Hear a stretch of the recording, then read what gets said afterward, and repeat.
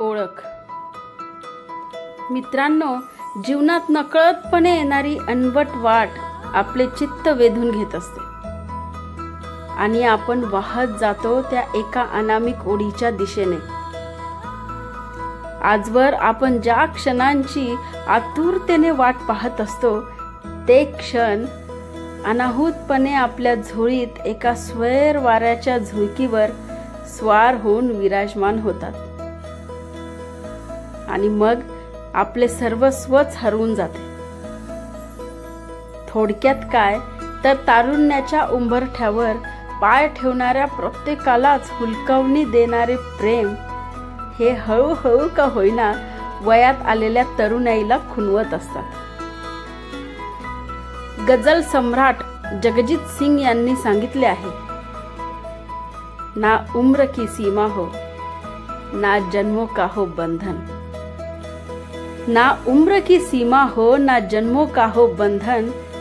जब प्यार करे कोई तो देखे केवल मन, देखे केवल मन.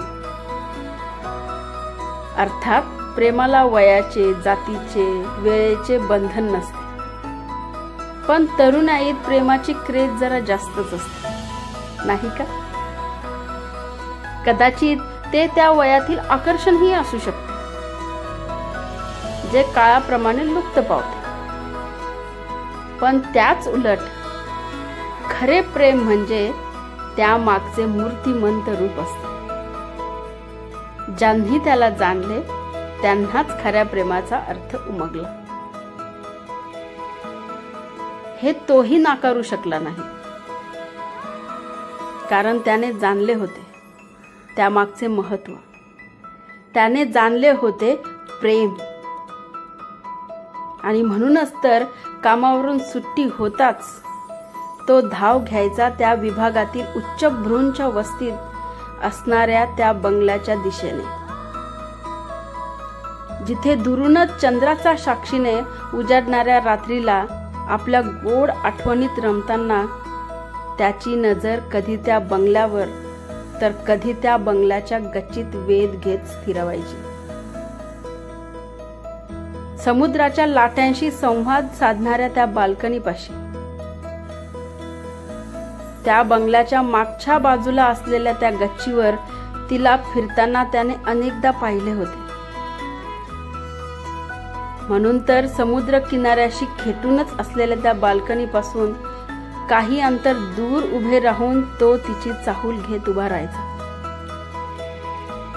ते तिची फक्त एक झलक मिळवण्यासाठी. कित्येकदा त्याच्या मित्रांनी तिचा नाच सोडून दे असे सांगितले होते. त्याच्या घरच्यांनी सुद्धा त्याला पुन्हा लग्न करण्याचा आग्रह केला होता.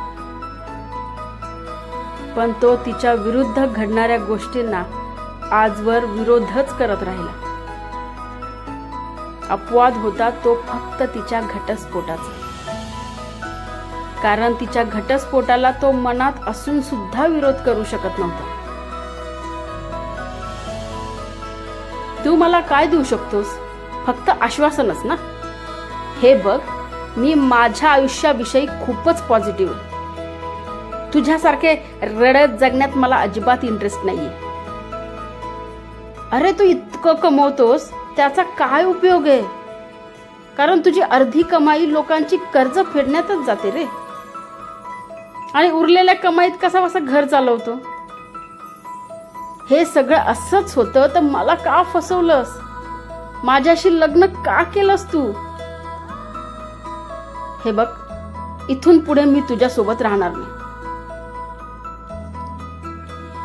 असे म्हणत ती निघून गेली, ती कायमची.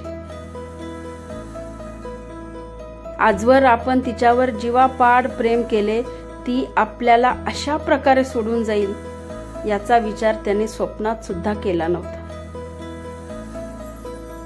आजही तिच्या विषयी त्याच्या मनात होते ते निरंतर प्रेम.